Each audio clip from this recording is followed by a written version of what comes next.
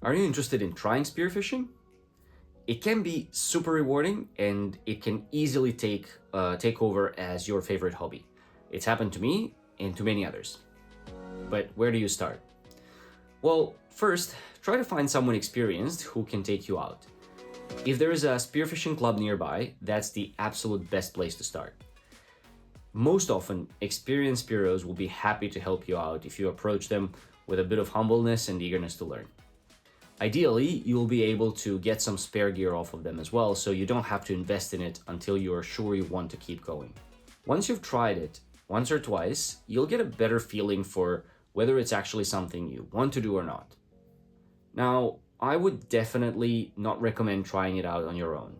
I know it can be hard to find someone to go out with, but there are real risks you may not be aware of. Or worse, maybe overestimating your own abilities. Now, of course, you make your own decisions. If you've been in the water, snorkeling and freediving since you were a kid, and you're not a kid anymore, if you're comfortable in the water and have been in rough conditions, you're in a different position than someone who can barely swim. But still, remember, it's easy to overestimate yourself and get yourself in trouble. Okay, so you've decided you want to spearfish and you're wondering what gear to get. Remember me saying find someone experienced to take you out? Well, they most likely can help with this too. But here's a rundown, as I'm sure you've got tons of questions. First, you need a mask. If you already have one that works, great. You don't need to change it. If you don't have one, the main thing to aim for is a good seal so it doesn't leak, and comfort. In most cases, my spearfishing sessions will last a few hours, sometimes a whole day, so having a comfortable mask helps. Masks, as well as most spearfishing equipment, is best bought in a shop where you can physically try it. The staff should be able to help you, but this is one basic guideline. When you put a mask on your face and press it lightly, close the soft palate so as not to let any air escape through your nose, and then see if the mask sticks to your face. If it just falls off, it means it's not sealing properly to your face. Now note, this won't work if you've got large mustache or beard because the air will go through. In that case, when diving, you can use some Vaseline on your mustache to help the seal, but of course you can't do that in the shop. So in that case, just go for comfort. Also, avoid extremely cheap masks. You want a mask that has tempered glass and proper soft silicone skirt. I say this because although you probably won't find one in a dive shop, if you're buying your mask in a supermarket, you may run into something that has plastic lens or a skirt that's not silicone. That will fog and it will leak and it's just no good. That said, you don't need a fancy, expensive mask. Pretty much anything you find in a dive shop will be fine. If you're buying online, going with a reputable brand such as Cressy, Salvimar, Rob Allen, and lots of others, frankly, should be fine. Once you get more advanced, you may want a more fancy mask. But by that time, you'll probably know what you're after anyway. Low volume masks definitely help at depth. I personally use one with GoPro mount. There aren't too many models that have this. And I personally don't care too much about reflective lens or camo patterns. I just go for black or blue.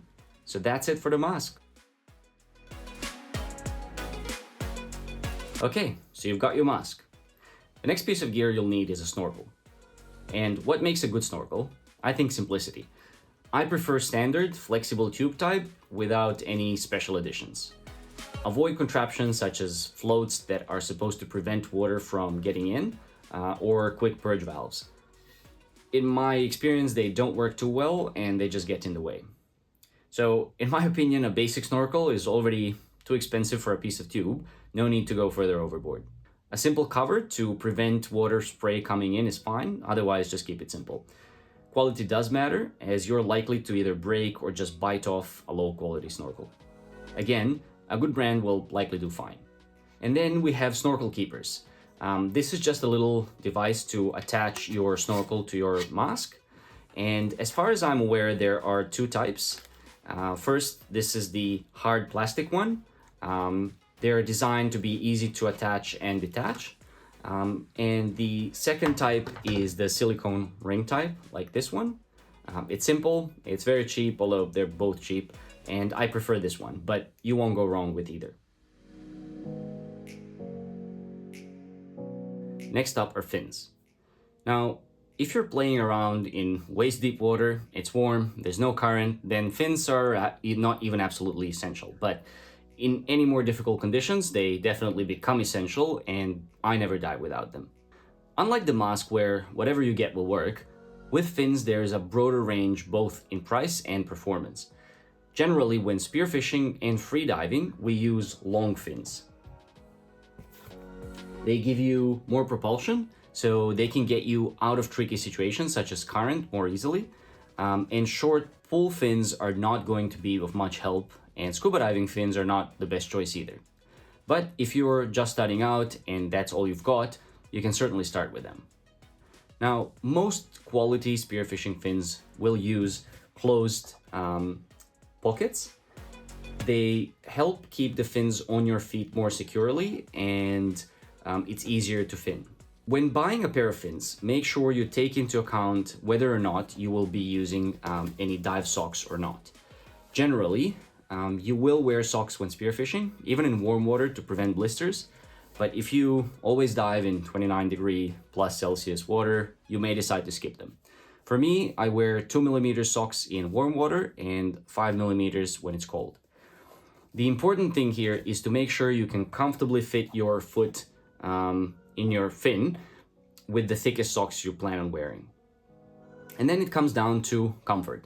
Different brands will use different molds for the foot pockets, and you'll need to find one that fits you comfortably. Again, this is much easier to do if you can try them on in a shop. After that, it comes down to materials. Now, plastic fins are the cheapest, and that's what I'd recommend all beginners to start with. They're very durable, they won't break easily, and when you're just starting out, there's a good chance of losing a fin, so it's better to just keep it simple and cheap. Now, the main reason you'd want to upgrade the material of your blades is performance. Carbon fins, like these ones, are considered the highest performing, meaning you get the most propulsion from the same amount of energy invested. It means you can move faster, you can move more easily, and you'll be less tired at the end of the day. The downside of the carbon fins is the price, as they can be 3 to 4 times more expensive than plastic fins, and they will break more easily. Now, I've used my carbon fins for about 6 years now, as you can maybe tell, and a lot of that included rock hopping, even at night, and they haven't broken, so they're not quite as fragile as they're sometimes made out to be. And then you've got fiberglass fins. They offer compromise in performance and durability, so they're better performing than plastics, more durable than carbons, and slightly less expensive.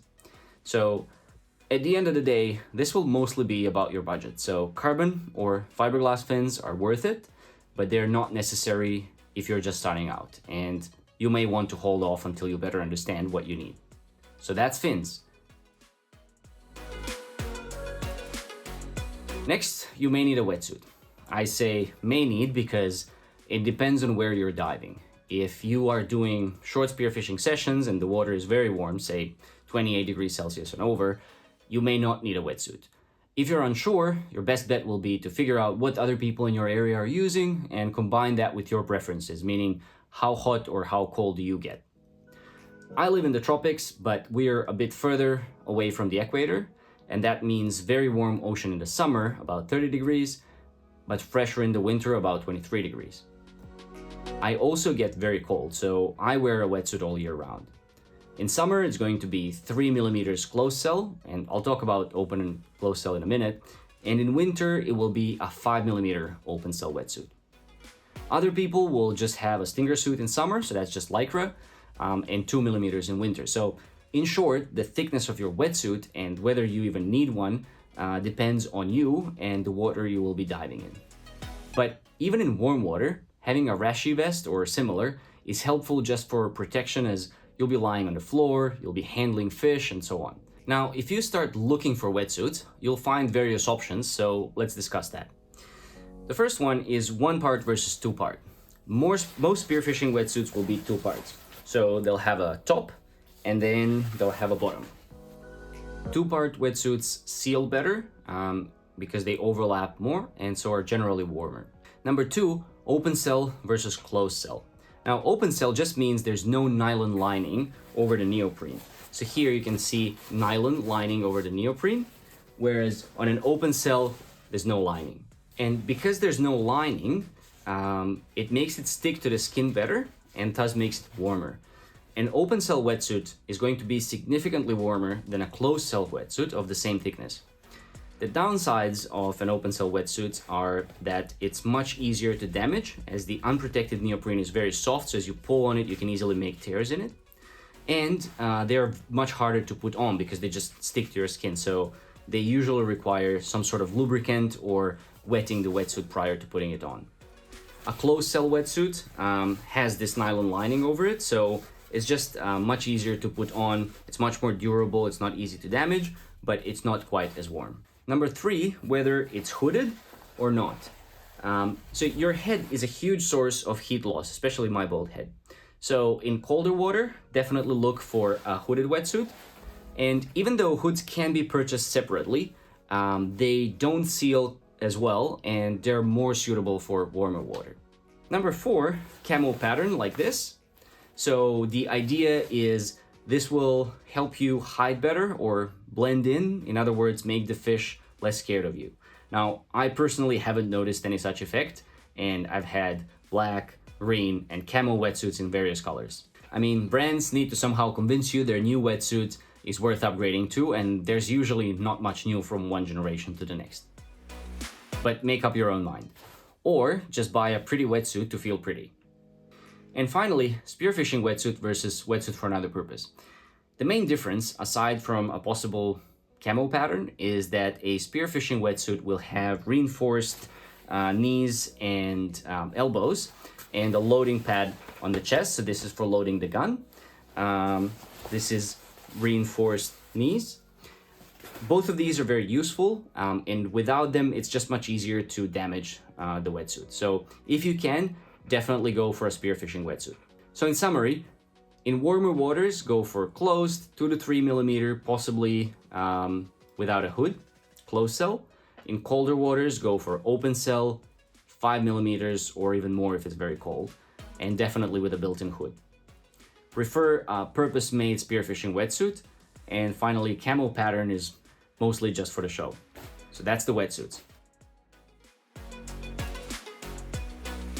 Now, you will definitely want some gloves. Fish can have sharp fins, you may be grabbing onto sharp rocks or crayfish, so definitely get some gloves.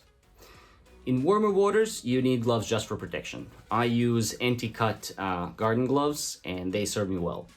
In colder water, you need gloves that are not only for protection from cuts, but also from cold. So if you need a thick wetsuit, you probably also need thick gloves.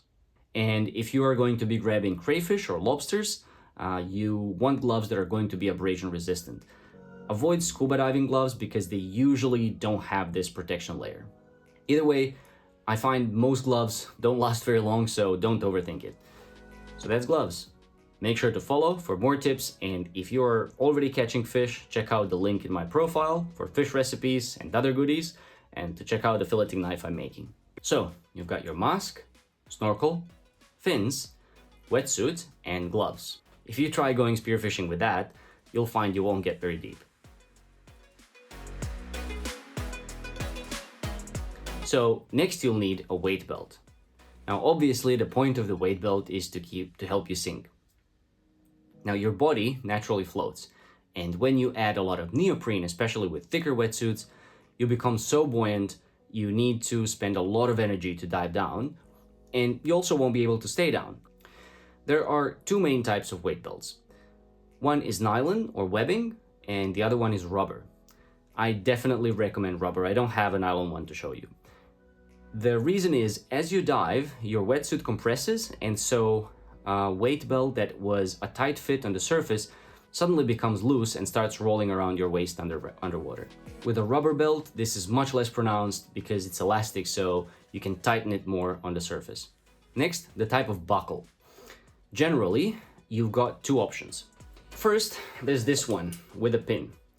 it is secure and it's easy to tighten your belt before going in. The downside is if you need to take it off in emergency, it can get in the way. The other option is a quick release buckle. Now, it can be a bit harder to get a tight fit with this one, but if you need to release it quickly, generally a quick pull will do the trick. So for safety, I recommend the quick release buckle, but I still personally use the older one and I haven't upgraded. You know, do what I say, not what I do. So aside from the dive belt, you may also use things like neck weight, which is more for freediving, or a weight vest. Now, the main benefit of these is they balance the weight a bit better on your body. Your upper body will be more buoyant than your legs, for example, so having a weight vest can help with that. Now, the biggest problem with these is the difficulty of removal. And I'm not talking about removing them when you get out of the water. I'm talking about emergencies. We'll get into more detail in a future video, but in short, say something happens and you black out underwater, or even just get a cramp and need help getting up. Now, your dive buddy will have a much harder time getting you both up if you have a weight belt or any other kind of weight on you. In fact, that may be putting both of you at risk unnecessarily. So the first thing you do if you're rescuing someone is to drop their weight. And this is a lot easier to do if it's a one simple pull than if they need to unclip stuff on your vest and so on. Also, keep in mind that your buddy probably doesn't know your gear as well as you do, so that's just an additional thing for them to figure out. So in my opinion, it's better to just stick with the belt. I personally might use a vest when I'm diving very shallow to make things easier, and here I'm talking below 5 meters. Okay, so you've got the belt. Now, how many weights do you need? Unfortunately, there's no exact formula. You'll have to experiment for yourself and find out. But here are a few guidelines. So a general guide to gauge whether you need more or less weight is to put the weight and all of your equipment on, get in the water where you can't stand, and put your arms up like this. You should do this on an inhalation, meaning don't exhale, but also don't fully puff up either. Once you stabilize, the water should be approximately to your eyes. If it's lower, it means you're too buoyant and you need more weight. If you sink more, you've got too much weight. Now, as I said, this is not exact science, but it's a great way to start. The thickness of your wetsuit will affect the amount of weight you need as well, so you may need to adjust when you change wetsuits. And also, how much weight you use will depend on the depth you dive. So when you dive, your lungs, as well as your wetsuit, compress.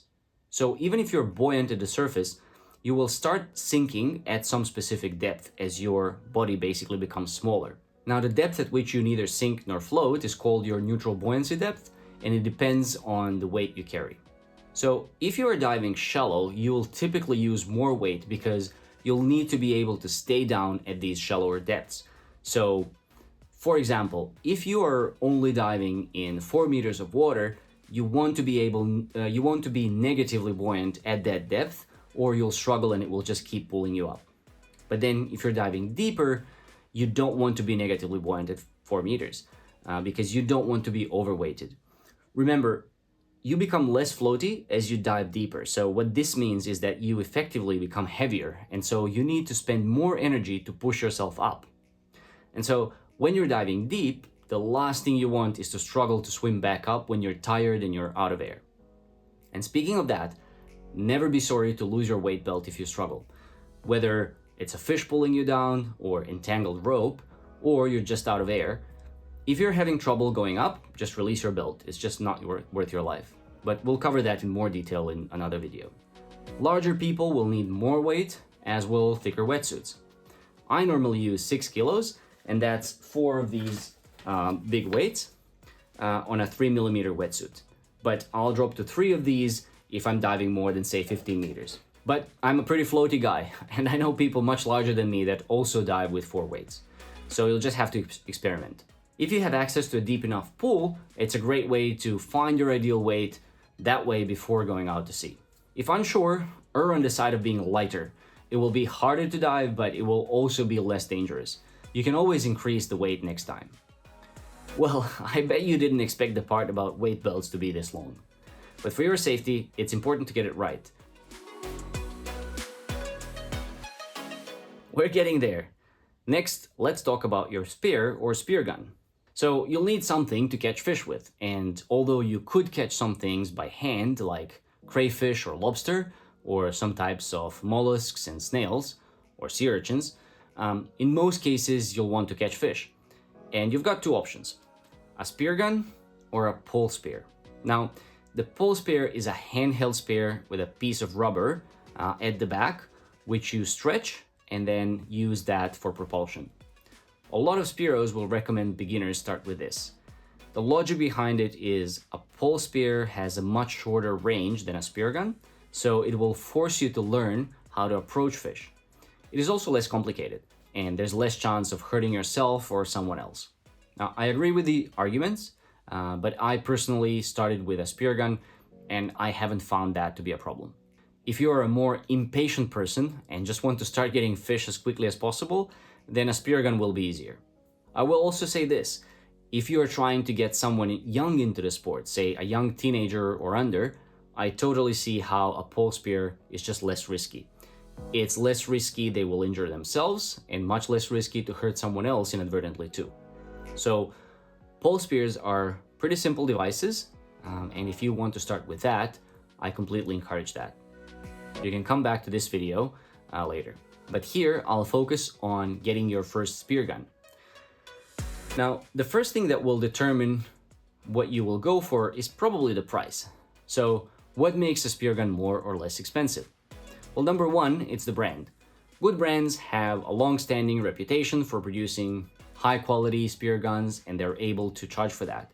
What you get is a general peace of mind that the tool you're getting is good, it will not hinder your progress, and it will perform as expected and for a long time. But aside from brand, it's the components and how it's made. So, for example, roller guns, like this one, simply have more hardware than a regular gun, like this one, and they're generally more expensive. A gun with carbon fiber barrel, again, like this one, will be more expensive than an aluminum one. And a timber gun will be more expensive both because of the material and because a lot of its production is manual, so the timber needs to be shaped and carved to make the gun. Then there's the mechanism, where cheaper guns will generally have lower quality, often plastic components, and higher quality brands will be all metal and simply better made. So, budget will be one consideration. But regardless of your budget, I recommend not going crazy with your first gun. Get something reliable from a good brand, but you don't need or want crazy bells and whistles. The reason is simply that most things on guns will have pros and cons, so paying more doesn't necessarily mean you're getting something that will work better for you. And when starting out, you really don't know what you need and want, so start simple and upgrade later. You can definitely go with a second-hand gun too. Just keep in mind, it may come with its own problems that you won't be able to spot until you get it home. In that case, just buying from someone well-known in your local club is a safer bet than a stranger on Facebook. So then, the next questions will be the type of gun and length. And by type, I mostly mean whether it's a classic gun with bands like this one, or a roller gun where the bands go over the rollers like this one. Now there are even more complicated designs, but I suggest to stay away from that to start with. I personally started with this low to mid-range Picasso gun in classic design. It served me very well, and I used it for the first 4 years or so without any issues. I've then upgraded to a carbon roller gun, but I just could never get used to it. And then finally, I upgraded to a timber gun, which I'm very happy with. Again, it's very personal, and you'll find out what you like with time. So my recommendation would be to start with the classic design because it's simpler and there's just less to think about. Next will be the number of bands. The way this works is you load the bands onto the spear one by one, and the more you have, the more power the spear has, meaning it can go further and it can go through tougher fish. I like having two because it allows me to use only one when I'm diving shallow, I'm shooting smaller fish or diving around caves. And in such situations, you don't want too much power because you'll bend your spear. It also takes more effort to load 2 rubbers than just one, so it's faster to just load one. On the other hand, if I do need the extra reach, I'm hunting larger fish or diving in clearer water, it's good to have the option of the second band for extra power. Now, not all guns will have the option to have more than one band. Especially cheap guns might only have space for one to save on cost. On the other hand, more than 2 bands are typically reserved for blue water guns, meaning guns designed to shoot larger fish where more power is needed. And the other thing with bands is that some guns use proprietary, specially made bands that screw into the muzzle. I suggest going with simple loop-based design like this because they are easier to fix and replace wherever you find yourself. You can just make your own. You don't need to buy special rubber just for your gun. And then next is the length of the gun. So this one doesn't have a right answer. Where you hunt and the kind of fish available will dictate the length of the gun you need. Simply put, the longer the gun, the more power it has. In other words, the further it can shoot and it can also penetrate tougher, bigger fish. So the suitable length of the gun will depend on the distance you need to shoot and the size of the fish you're hunting. But there is such a thing as too much power. A larger gun is much harder to load. It can physically hurt you with recoil if you're not used to it. And it's a lot more unwieldy underwater, especially in shallower water. Also, if you're shooting around rocks and caves, too much power will mean damaging your shaft. So it's definitely not the case that bigger is always better. In fact, I'd say go with the smallest gun you can get away with for the visibility and depth and fish size you're going for. Now, that's all nice in theory, but what does it mean for you if you're just starting out? Well, here, I'd actually say be cautious of just using whatever the Spearos in your club are using. More experienced Spearos will have likely upgraded multiple times and may be using something that's just not very suitable for a beginner. I'd say if you are hunting in visibility less than 6 meters or on rocky terrain and caves with fish under, let's say, 50 centimeters, stick with an 80 to 90 centimeter gun. That's the one I have here. This is a 90. And as I said, I used this for the first 4 years and I never felt like I had too short of a gun. These are easy to load, they're easy to maneuver underwater, and almost like a pole spear, it will force you to learn to get closer to the fish in order to shoot it. But in better visibility, say 15 meters and with slightly larger fish, I'd start with maybe 100 or 110 centimeter gun, and also keep in mind your height and strength. I'm short, and maybe you could say weak, so even a 100 centimeter gun can be difficult for me to load. I can't reach the rubbers. And 130 centimeter definitely means I need some kind of load assist, and it will still take a lot of effort to load. So if you're a tiny person and you can't do a pull-up, sticking with an 80 centimeter gun, for example, will make your hunting so much more fun. And you can shoot plenty of great fish with that kind of gun. And don't underestimate the ease of loading, because if your gun is hard to load, what ends up happening is you're going to avoid taking shots. And that's just not a way to progress, nor is it any fun. And if you get all wound up putting, let's say, 3 thick rubbers on a long gun, by the end of the loading process, you may need 5 minutes to calm down your heart rate before taking a dive. And that's just not ideal, and it will affect your enjoyment. So I would definitely stay away from anything over, let's say, 130 centimeters when starting out, and depending on where you'll hunt and your own size, probably go for something between 80 and 110. But also get advice from local Spearos, as your area may just be special and require different gear. Maybe it's super clear, you really need a longer gun or something like that. So those are the most important bits. There are a lot more details, and we could talk about guns all day, but again, this is meant for someone just starting out, and in that case, all those details are just not that important. So don't get hung up over this, but here are a few things you may run into, so let's just cover them. Number 1, rubber thickness. Simple answer, stick to whatever the manufacturer put on the gun in the first place. But remember this, if you go with thicker rubber, you get harder loading and more power. Thinner rubber, easier to load and less power. It can be worthwhile to replace one thicker rubber with two thinner ones to make loading easier, for example, if you're having trouble with that, but you will need to calculate the lengths and balance that properly. Maybe check with your local dive shop. Number 2, open versus closed muzzle. I prefer open muzzle, that's like this when the shaft is not covered, but either will work. Number 3, barrel material. I think aluminum is fine. You will pay a lot more for carbon for little gain. Number 4, Dyneema versus monoline. Now, I use Dyneema everywhere. Also, it doesn't really matter if done properly.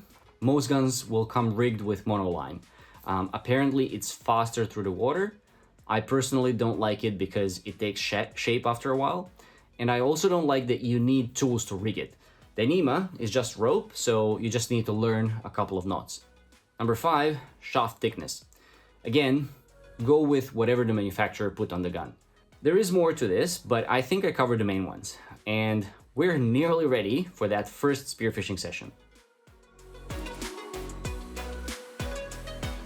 Next, you'll need either a reel or a float. Now, this is not strictly necessary. For example, if you're diving shallow or in hunting small fish. But let me backtrack a little. First, what are we trying to achieve? Well, when you shoot a fish, in most cases, you won't immediately kill it. If you do, we call this a stone shot, but instead it will try to swim away. Now, if everything is working correctly, the flopper on your spear will have opened once it goes through the fish, and it will prevent the spear from coming out of the fish. But that means that the fish will pull on your spear and gun. And so at this point, without a float or a reel, you need to fight the fish and pull it to yourself. And this is fine if it's a tiny fish, and if you're shallow, so by this point you're already on the surface. However, a bigger fish can literally pull you underwater, or if you're coming from depth, it can make it very difficult for you to come up. And again, that's the last thing you want if you're running out of air. So the solution is either a float or a reel. First, the float. So the way this works is you have a float on the surface, obviously this needs to be blown up, which is connected to a float line and then to your gun. So the idea is when you shoot a fish, you can just let go of the gun and the float will keep the fish from getting away with your gun. Of course, a larger fish may still pull your float under, but it can't do that for long as it will tire out. And also, if it's a big fish, you will want to go with a larger float or multiple floats and so on. But this is not a subject for someone just starting out. The other benefit of a float is you can simply leave your gun on the bottom if you want to mark a position. So for example, where a crayfish is or a fish you found in a cave. Or simply if you get tangled or your shaft gets stuck and you need to let go of the gun. Another huge benefit of the float is it makes you easier to see by other people. It's bright and it's got a flag, so whether that's the person in your boat or somebody else's boat or even your dive buddy. And that's very, very important because even in very little swell or chop, once you're further away, it's very easy to lose sight of a diver. So my recommendation is to definitely start with a float. Although it's not just for beginners. There have been many times when I've been diving with others and we lost each other for a period of time. So that's far from ideal, and in case of emergency, can mean the difference between life and death. So why would you not want to use a float? Well, a float means a float line too. This can get tangled around the reef. A float is carried by the swell and can tug on your gun and cause you to miss shots. And this is especially true if your float is heavier. So some people prefer not to dive with them. But when starting out, I definitely recommend to use one. And especially in an area where there are many other boats. A boat cruising at 20 or 30 knots has no chance of seeing you in the water and can easily run over you. A float with a dive flag on top at least gives you some chance of being seen. Now there are different types of floats. Inflatable ones like this are great to start with. They're portable, they're cheap, they can be stored flat and are great all-around float. But they're not suitable for bigger fish because when pulled under, they will compress and they will lose their function. Another type of float are rigid floats like this one. They're a little more inconvenient, but they will not compress, so they'll keep tension on the fish. Or a large float like this that allows for fish storage. This is very useful when shore diving. When you catch a fish, you can put it inside to keep the fish away from sharks. But because it's so big, it's also useful to rest on it if you get tired. And you're much more likely to be seen by other boats. However, its big size means it will tug on you. And if there's swell, it will tug a lot. So there's always a trade-off. So I'd start with a simple inflatable float like this. And the float line can be anything strong enough. A dedicated spearfishing float line like this is great because it doesn't tangle easily, even when we're very long. So this one is 30 meters. And it's very strong because it's got thick Dyneema inside. Alternatively, you can buy polypropylene rope at your hardware store.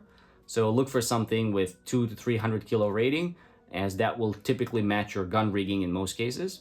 And also a thicker, softer rope is better than thinner or rigid rope because it just doesn't tangle so much. And I say polypropylene because it floats. You don't want a sinking float line. Finally, at the end of it, you'll want some way to connect it. Typically, we use shark clips. Now, I have a shark clip at the end of my gun, and that connects to the float line, so here. And then on the other side, this connects to the float. You don't want to be tying knots at the ends because they can get bulky and because you want to be able to detach them, the line from your gun. Carabiners and such can work, but shark clips are preferred in spearfishing rigging because they're very strong and they just tend not to get undone easily. One note here is that the typical rope that comes with these cheap floats is horrendous, if it comes with one. It's too thin, it tangles a lot, and it will be a nightmare to use. So if you don't want to splurge on a purpose-made float line like this, do yourself a favor and get some general polypropylene rope from a hardware store for $5, and it will serve you a lot better. Okay, so that was floats. What about reels? A reel is an alternative way of dealing with a fish pulling in the opposite side from you. You mount it on your gun like this, and it has some amount of strong Dyneema pulled onto it. Dyneema connects to the spear, so when you shoot a fish, the fish has about 50 meters or whatever you got spooled to run before it starts pulling you again. The trick here is to adjust the tension on the fish as it's swimming away so that you tire it out before you run out of line, but not put too much pressure on so it tears the fish and pulls the shaft out. You also have to remember to never let go of the gun. If you do, you have every chance of losing it. And this is why I think this is a more advanced piece of equipment, not in design, but just in how much skill you need to use it effectively. The main benefit over a float line is there's nothing to tug on you underwater, and you can control how you're tiring out the fish. Now, I'm not an expert in this. I've started using a reel relatively recently, and that's mostly because the diving I'm doing involves a lot of getting into and out of the boat, which the float line makes very inconvenient, especially with multiple people on board. But we still use float line sometimes together with the reel. Also, keep in mind that for large fish, such as tuna, you would still use a float. These fish will likely not tire out by the time they spool 50 meters of Dyneema, and so if it gets to the end of your line, it will pull very strongly, at which point you're back at the beginning. You either go underwater or you lose the gun. And that's nearly it. Next, we'll cover some accessories, and then you're fully geared up. You are almost ready to get in the water. You've got your mask, snorkel, fins, wetsuit, gloves, speargun, and a float with float line. But there are a couple of small items you will want to have or want to consider. Number one, knife. Actually, this is not really optional. Primarily, it's a safety device.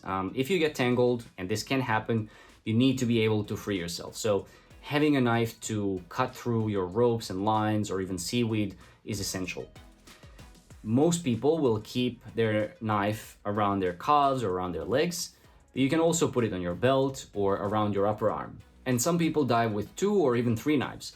The idea here is that sometimes you get tangled in such a way that you can't reach your knife, so having one in a different spot can help. The type of knife is less important. It needs to be sharp, and if you don't want to change it every few dives, it needs to be fairly rust resistant.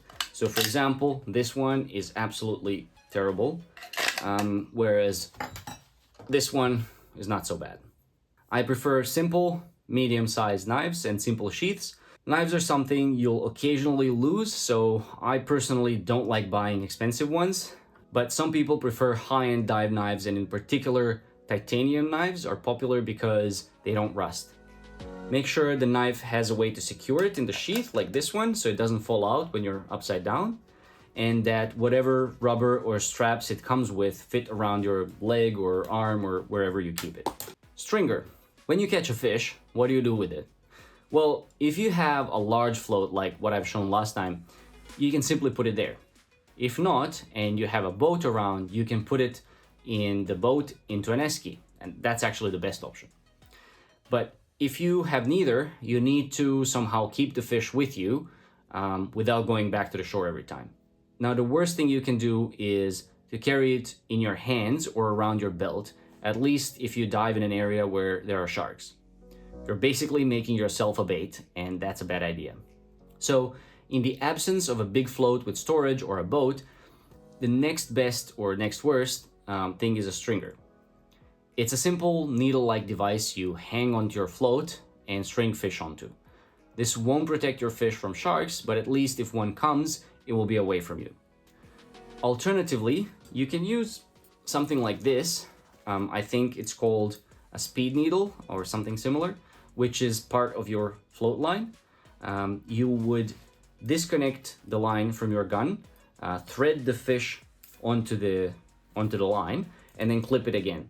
Now, the fish will naturally slide away to the float and away from you as you swim. It all depends on where you dive. Here, there are so many sharks that doing it this way would virtually guarantee you won't be coming home with any fish. But in other areas with fewer or no sharks, it can work pretty well. And then, yet another alternative for storing fish is a catch bag. Now, this is especially useful if you're catching things like lobster or abalone, which are hard to keep on a stringer.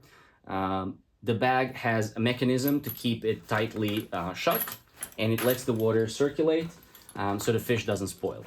It works really well, just as the other two, it's not great in areas with many sharks. And that wraps up the gear. Unless I forgot something, it should cover everything essential and a few non-essential items as well. Is it everything? Of course not.